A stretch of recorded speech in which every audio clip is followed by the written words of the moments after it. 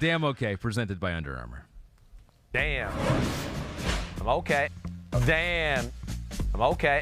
Yeah, no, I mean, yes. I'm okay. The legal gambleizing. Oh, baby. I am Chris Simms. I'm okay. Damn. Okay. Let's give our damn okay to Aaron Rodgers, your boy. Even with bad toe or anything, which he says got worse after the game. So we'll keep our eye on that toe. Yeah. Rodgers improves to 23-5 versus Chicago. He still owns the Bears. And now he has 7 games versus Chicago with 4 or more touchdown passes and 0 interceptions. That's the most amazing. of any opponent for him.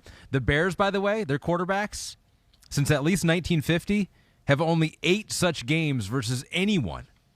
That's amazing. And Rodgers has 7 against them versus Chicago. That is amazing. So he does own them. Kind of ownership. It is very true. And the score, you go, it's a blowout game. First half, highly entertaining. Highly. Justin Fields, give him some props. Definitely. He was making big plays for Chicago and for Green Bay with a pick six. Right, But yep. He was exciting, fun to watch, It just was. coming back from that rib injury. So I think a lot of good things. If you're a Chicago fan, you're like, okay, that was actually kind of entertaining first half. Right. And then if you're a Green Bay fan, you're like, all right, well, we eventually owned the team that we own. Yeah. So I think both fan bases walk away feeling like, okay, Hey, it's okay. they got some things about their team in Chicago they should be excited about regardless. You know, they're not the healthiest on defense, but got a lot of staples in place for the future to go, okay, I like it. Got a few young offensive linemen. Of course, got a quarterback who's going to be a star. Mooney, Robinson, Jakeem Grant, right? Montgomery's a good running back. I'd like to see them add another running back to the mix to a degree. Defensively, you still got Roquan Smith. Khalil Mack will be back. Johnson's a really good corner, as you could see last night, and some of the issues he gave Devontae Adams. So, yeah, you should be excited about the Bears. I mean, you shouldn't have expected that you were just going and win that game. It was awesome that they were up 24-14 at one point. Early on in the football game, I know we were sitting there watching it together. I mean, Green Bay was a little, I think, asleep at the wheel, thinking, hey, it's Chicago. We own them. We're going to beat them. Offensively, couldn't do anything. You saw Rodgers holding the ball. Didn't look like anybody was open downfield, and all the camera angles we had here at NBC. They got a little pressure on them. They did that, and they had some good game plan plays to kind of expose the Green Bay defense a little bit. And, yeah, really jumped out on them. Interception, like you said, was a big play for Green Bay. As far as, it was 10-7. The Packers kind of put an ugly touchdown together. They threw a 4th down pass to Lazard, right, to make it 10-7. But you're going, the Bears still kind of have the momentum. I like the way things are looking. Rasul Douglas gets the interception, and you go, oh, crap, there it goes. It's over. But it wasn't. It wasn't over. Great answer by Fields, right? I think you and I were really impressed by that. Yep. He hits who was that? He hit Demir Bird, right? 54-yard touchdown. Right, and I think you and I looked at each other and like, man, what an answer. Young kid, Lambeau Field, Sunday Night Football. He didn't even blink. Yep. He gets that, and they're 17-14. Yeah, and then you get the 97-yard punt return by Jakeem Grant here. Right. And there's a question that we got from Chris Voteman. Yeah. Hey, guys, we need to give some more love to special teams play. It's 1/3 of the game, and the Packers will F up their season in the playoffs. You're not winning against elite teams with the current special teams. Luckily, the Bears suck. So he wanted us to give credit to the special teams, Chris. And then he goes, and also slam the Packers special teams unit for being so bad. Yeah. I think I think Matt LaFleur was asked about special teams. Like, are you going to fire your special teams coach? And he was like, no, we're not doing that. But what do you make of the fact that if there's a weakness on the Packers, maybe part of it is special teams? Yeah, well, we overlooked that a lot. I will say that. There's games where, again, we don't really probably even emphasize when teams kind of mess up that department enough. Like, hey, we just talked about the Bengals. They messed up the game. That's special true. teams, right? There's 2 or 3 games every week where you kind of look at it that way. But I'm trying to think throughout the year. Special teams. They've had the field goal misses. Yeah, Crosby's right? had some issues. I'm trying to think if there was any. I do think they had a game where they dropped a punt against the Rams. They muffed a punt there. The Rams also muffed a punt, that's so right, that kind of made up for it. And I'm trying to think if there was anything else there that I'm missing that happened like here. More egregious than other teams. But it's a point that he's right in the fact that we probably need to keep track of it a little bit more. But that was the first punt return for a touchdown this year. That surprised both of us. Insane. Remember, it was in the highlight sheet. And you go, is that true? You said and it. I was like, it doesn't seem true, but it's written here on this sheet. It's crazy. The first one of the year. Our year. NBC research department caught the ball undefeated. inside the 5-yard line. Which you're not supposed to do. You're not supposed to do. Runs to the right. Yep. Green Bay loses contain, and all of a sudden you're going, oh, my gosh. I mean, you're going, wait, it was 14-10 Green Bay. Uh-huh. Chicago answers 17-14. Green Bay goes 3 and out. They return the punt, and you're going, maybe this is the night it's going to be. Like, maybe Chicago's got him. But then, Aaron Rodgers comes back, and he slices and dices. And you say he does as good a job as anyone at feeling out the game. Yes. Like, what do I need to do? Oh, I need to score 45. I'll go score 45. I'll score 45. Yeah. And so that's what he did. I think the bigger concern, though, is what's going on with that toe. Yeah. Because he said it was worse. Right. He's played through it. Maybe he'll continue to play through it. He will. I asked you if he should take a game or two off to get it healthy, and you say that's really not an option for them. No, it's not an option for them. First off, they want that number 1 seed, to have that week off. And then, of course, I know this from talking to people up there. I think I've told you this a little bit, off air and things. They have real belief in themselves at home. And I know they lost in the NFC Championship game last year to the Buccaneers and everything like that. I get it. I mean, again, the game was really close. That was a special Bucs team. There's no doubt, right? But, history tells us Aaron Rodgers in Green Bay in January is very tough to beat. It's a tough stadium. There is a home field advantage. There's a mystique about it. The weather's almost always at least very cold. Rodgers has an arm like an Allen or a Brady in New England. It just doesn't matter. So he's going to feel like he's got the advantage over just about every quarterback that comes into town not named Tom Brady. He's going to go, okay, it doesn't matter. And I think they're going to continue to play for that. And, toe, hey, I've had a broken pinky toe before. Okay. Annoying as hell, bothers you, but it won't affect you really physically, other than you're just going, oh, man, I mean, the play gets done, you go, God, man, my thing hurts, gosh, damn, but you can play through it. Is that what it is, his pinky toe? It's his pinky toe or the next toe in, I believe, Okay. right? It's the pinky. Pinky It toe. is, yeah. So do you call it a pinky toe? I think you do. Is it I think pinky you do. toe? I call it a pinky toe. I've never known any different. Pete, do you call it a pinky toe? You Yeah, do. he Okay. does. Maybe Okay. I just, What do you call it? I don't know. I thought the pinky was more the hand. Well, I didn't know you had a pinky on your foot too. yeah, well, I guess do. you do. Okay. Yeah, you do. You do. I do. Pete does. Apparently, you don't. You have 4 middle fingers and a big toe. I have a small toe. My small toe. But Rodgers, I want to go on your Yeah. point, and I know I've said it before, but he, to me, has the greatest feel in football for going, wait, our defense is good, and they're not very good. I'm just going to be conservative, and I'll get first downs, and we'll win the game 24-10. Okay, so what? And then he's just got a great feel of, oh, shit, it's 24-14. Doesn't look like it's our night. All right, hold on. Let me put on the cape. Here I come. And then he just has a great feel to go, okay, now I'm going to push the envelope and start making some insane Aaron Rodgers throws. And that, to me, that's what a great quarterback can do. The night your team's asleep a little bit, not doing well, okay, messing some things up, the great quarterback can go, wait, guys, relax, calm the down. I got this. I'll get us back in. You guys get your shit together.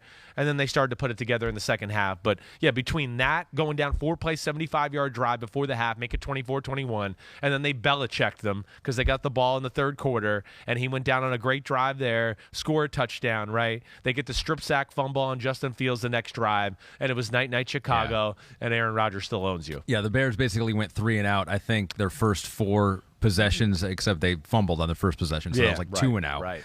So they really had a hard time in the second half. Green Bay gets the win. If Aaron can't go, maybe Kurt Benkert can play. So he played in this game because Jordan Love was unavailable. COVID protocols for Jordan? Yeah, is that what it was? so. Yes. Benkert has bounced around the NFL since 2018, active for the first time ever, and got to take in the final kneel downs. I think we have a tweet, and he tweeted out Kurt so Benkert. Cool. Well done, a Kurt dirty Benkert. knee. He's got like white paint on it. It must have been at midfield, I guess. Who made you all creative like this? And so he went in the game and took the final kneel downs. Battle scars. Really cool. And we have a suspicion that maybe Aaron Rodgers orchestrated that. Yeah, I would think so. Rodgers is the type of guy that'd be like, hey, go get your name in the game book. Go take the snap here. I'm going to, put my hair in a ponytail and get ready for, my post-game press conference with Catherine Tappan. But, yeah, I would bet because I thought it was weird. I will say, I was sitting there watching. I was going, man, Rodgers didn't even just go out and take the kneel when the game's Right. over.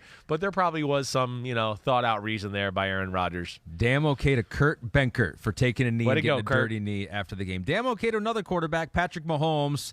They beat the Raiders, he and the Chiefs, 48-9. This was a blowout. I think we have Mahomes versus the Raiders and then versus everyone else. So in the 2 games versus the Raiders since week 5, 2-0, 332 yards per game. Everyone else, 251 yards per game. And look at the TDs to interception ratio. Right. Versus the other See? 7 games against the NFL, 6 TDs, 8 interceptions versus the Raiders, 7-0. Bad news for the Chiefs.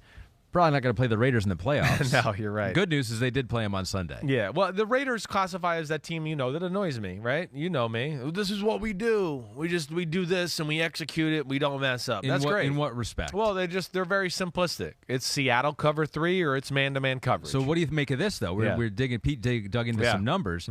The Raiders used 2 deep safeties on 36% of Mahomes dropbacks in Week 10. Right. Up to that to 70% so they played this some more. week. Right. So they probably played a little more quarters this week. That'll be interesting to see. I'm going to be interested to see that. Yeah. Hey, the Seattle cover 3, they obviously had answers for it the first game around, so this is how they tried to change it up a little bit. I thought it was efficient as Mahomes was the whole year. I mean, that's for sure. They protected well. He stood in the pocket. Seemed like he threw the ball pretty well throughout the day.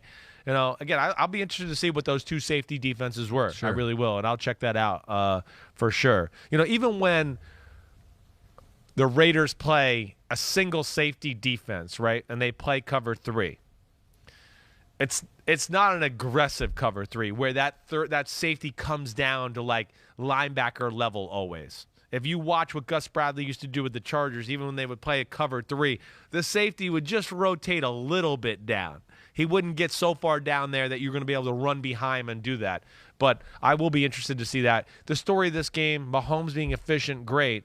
The story of the game was the defense. Like the Cowboys against Washington, like the Bucs did to Buffalo early in the first half, this was even to a greater extent of they were overwhelmed, physically whooped the crap out of the Raiders offense. I mean, from the get-go, first play, strip, fumble, touchdown of the game. And then Derek Carr was under duress throughout. They dropped some footballs and then just made some stupid turnovers as the game went on. But the defense, again, was really the story in Kansas City. We always want to talk about Mahomes and company, but, hey, 7-2 since week 5. It's not because of the offense. It's 10 points per game dominant. they're giving. Right. Only 10 points per game they're giving up in the last 6 weeks. It's in your face. It's physical. It's got a great splash of creativity. Like I've talked about, I think they've got the right personnel in the right spots now, finally. They're not messing defensive calls up like they were early in the year. There was a lot of bust coverages and things of that nature, and none of that's happening, and they just absolutely kicked the crap out of the Raiders. Yeah, Mike Hughes, 9 tackles, a couple forced fumbles, had that fumble return for a touchdown, so give him a shout-out. One shout-out to a Raider, and this comes from Tripod 2X. Damn okay, Hunter Renfrow. Just Hunter Renfrow, he says. The Raiders don't deserve to be mentioned, but how is this guy who looks like he could be the water boy always open? Yeah. He is. They have a great offense that lends itself to the slot receiver a lot. It's Gruden. Gruden had 9 million ways to throw this ball 7 yards, 6 yards. I wish he would have had more ways to throw the ball 20 and 30 yards, but that's bread and butter for him. And again, don't judge books by their cover. That's all I could say. That position right there, you don't need to be like freaky in all areas. There's only one area you got to be freaky in. You got to be quick and fast twitch. As long as you're able to move in short areas and be really explosive that way, I'm going to go this way and then go back out that way. That's what their life is, right? I'm going to fake the 5-yard in route and then run out. And there's a guy that's covering him, and of course he's on an island, and it's going to be impossible to cover a guy like that. Let alone he has the smarts to understand coverages and do that. He did have a fumble during the game, right, where somebody punched the ball out of him. Jeez, we're trying to be nice to him here. They all had fumbles. I mean, the tight end dropped the ball, got intercepted by Derek Carr. Oh, geez, but that's right. again, when you get your ass whooped 41-10 the first time, I would say don't go jump on the other team's logo. Yeah. Right? Let's play like a competitive game first and then see after the game or next time you play them. Yeah. But you can't get your ass whooped and then go, "Oh, we're going to come in here like we're the big bad bullies today." Yeah. You know. They made two idea. mistakes the last 2 times they've gone to Kansas City. Time before that, they upset them last year, remember early in the year? Took the bus all around the stadium. Right. I mean that's it. From that Kansas City's been pissed off at the Raiders ever since then. Ever since. Well, it showed. And it's not going to stop. It's not. They're going to remember that. It was, a low blow move as far as Andy Reid of the Chiefs are concerned. So the Chiefs get the last laugh, beating the Raiders there. Justin Herbert gets the last laugh against the New York Giants. Justin Herbert is amazing. He is in that upper echelon of quarterbacks right now, just like Patrick Mahomes. Yes, he is. Let's take a look at the passing chart versus the Giants here, Kristen, if you have that, because the touchdown that he threw to Jared Guyton at the end of the first half is literally off the chart. You can't even. Next Gen Stats has to make a new graphic to be able to chart that throw from Herbert. He's. I mean, him, Mahomes, Rodgers, Josh Allen. Who else am I missing? I mean, there's throwing the ball 70 yards in the air. I don't think is really that hard for them. So Jack F says, is Justin Herbert the best deep thrower in the NFL right now? Yes, he is.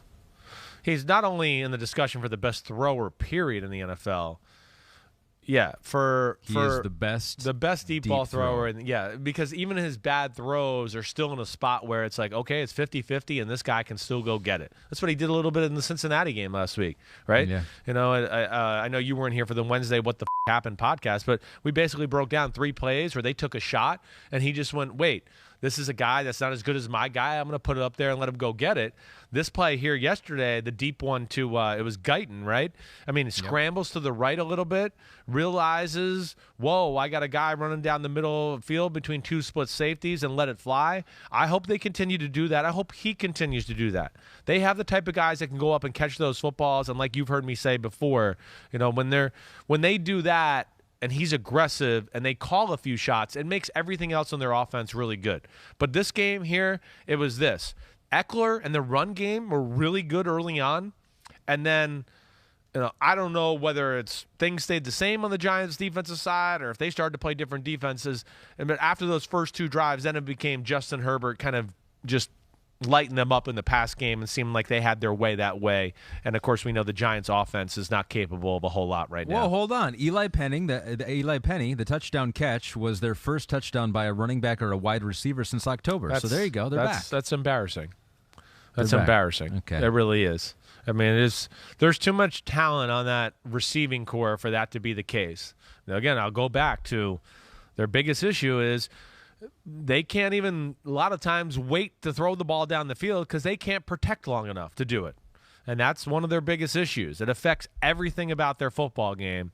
So they're so undermanned in that department that it affects all these other areas that, become crazy stats as we go along here. Giants are not going to make the playoffs. The No. Chargers right now, the 5 seed at 8-5. They're ahead of 5 other 7-6 teams. One of those 7-6 teams, the Denver Broncos. As you take a look at the AFC playoff picture there, you got the Denver Broncos at 7-6. They're in the hunt right now. They get the win over the Detroit Lions in a game that really was focused around Demaryius Thomas. You saw all the tributes before the game. Yeah, that was cool. Denver went out there with 10 men on the field, took the delay of game. Right. Lions declined that penalty, and you saw after every big play, basically, there's an 88 on the field. The Denver Bronco players would go over there, pay tribute to Demaryius Thomas, who tragically died at the age of 33 just a few days ago. Man. Did you meet him ever? Or I met him before, just in passing. I mean, nothing seems like to where everyone says so many positive things about him. I mean, everybody seems to say he's the nicest guy in the world, you know. And again, we never saw anything other than that. He always held himself to a very professional level on the field, and really there was never anything about him off the field.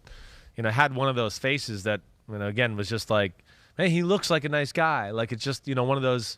I don't know how you explain those. He enjoyed life. He enjoyed football. Sweet smile, sweet face, where you just looked at him and it looks like he's a nice guy, right? And I know that can be wrong sometimes, but I don't think it was wrong in this case. And other thing, I don't want to be under talked about here for the person he was and all that.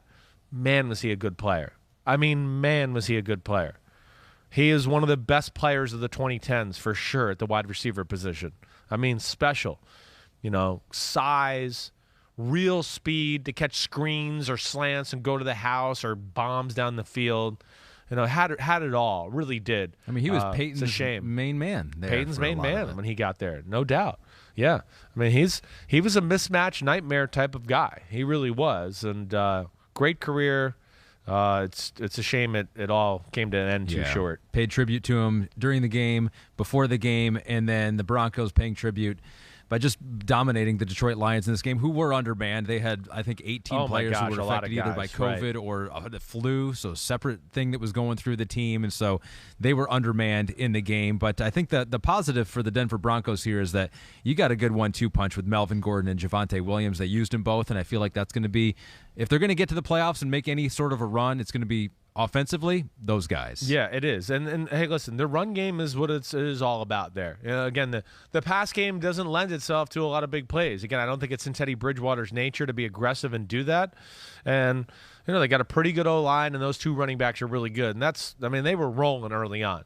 Detroit had no answer for that. But even saying all of that, like, Detroit hung around. They hung around. And there we go. We're going into the third quarter, and it's 17-10. I mean, it's 17-10. And what happened first? We had the Detroit fumbled their second play of the second half. Detroit fumbled the second play, right? Yeah. Igwebuike, I'm sorry if I'm saying it. He fumbles first, right? So now they go down 24-10. Yep. And on the very next drive, they get a 4th and 2 at the 33. Oh boy, here we go again. And oh jeez, here we go again.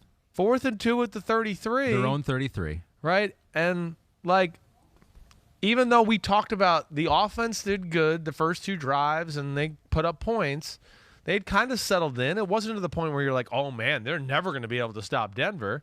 It's 24-10, 4th and 2, own 31. They get stopped. Denver scores a few plays later. Game's over. I mean, it's over. It's 31-10. You have Jared Goff and you're the Lions. It's over. I'm sorry. And that, to me, was a big mistake there. Just a little too over-aggressive, and I know, you and me are in different spots about that one, but I don't agree with that one. I don't. Yep. Lions go down. Maybe they were all getting tired. They were all getting tired because they had so few players to play out there. So Broncos get the win. They're in the playoff mix for sure.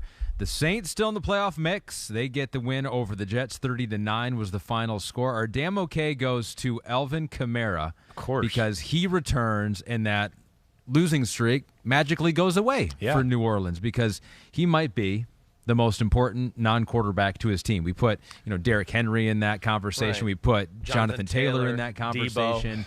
Debo. And with Taysom Hill at quarterback, you can do some different things. And I'm really excited to see this offense moving forward. Yeah. Like, this is a fun offense to see because it's different than other offenses when you have a quarterback like Taysom Hill, who is a different kind of running quarterback. Yeah. Than the other running, running exactly. quarterback, right? It's like more of the Cam Newton mold, right? Yeah. What do you think they can do here? Because Thomas S. Penna says, damn okay for Taysom Hill. He receives a lot of hate from people saying he isn't a quarterback. However, even with an injured finger, almost no weapons, he went 15-21 for 175 yards and 73 rushing yards. Yeah, listen, I'm like, I got nothing to say that I'm not a believer in Taysom Hill yet. You are a believer. I'm a believer. You're a noted believer. Right? There's no. What is there like? Everyone's holding last week against the Cowboys. The guy broke his finger in the first quarter, and everyone's, oh look, he's not accurate. They're going to judge him on that. And I'm like, all right, I'm going to start judging your quarterbacks on some crazy shit now. Let's see what happens. He's got talent. He does, and he can be accurate. We saw that last year. With high degree of difficulty of throws, not Charlie check down 4-yard throws. So, again, that was what everybody liked about him in the offense in New Orleans last year. They went, whoa, the field gets stretched as compared to Drew Brees, who had lost arm strength, late in his career. I mean, that's what everybody was liking. And he was still throwing for over 72% last year. But, don't even get me started. You know where I want to go with this. Either way, I share your excitement, okay? Because they have a formula with Hill and Kamara that I think can make them a pain in the ass as we go forward here. I don't know if they can get in the playoffs. I know they have the Bucs coming up this week, which is certainly going to be a tough match, but we know that they match up well with them. Dolphins, Panthers, Falcons after that, they can certainly win those 3 games. Dolphins are playing good football. It's going to be fun to see. But they can win those 3. Their defense is still really good, and with the Kamara, their offensive line, and then Taysom Hill's ability to run, I do think Sean Payton, to your point, is going to be able to pose some schematical problems with those two off the run game. And then because of lack of receivers and things like that, it'll help the pass game. It will, that little combination. So I'm not counting them out yet either. I'm not. Sean Payton's too good of a coach. Dennis Allen's too good on the defensive side of the ball.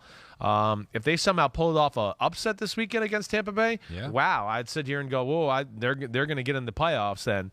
But even if they lose this week, I could certainly see them winning the 3 games at the end of the year or two to get in. Yeah, they're 6-7, and a 6-7 Washington team currently is in the playoffs right now in the NFC. So there you they're go. Not out of it by any means. One question about the Jets. Lou from Astoria.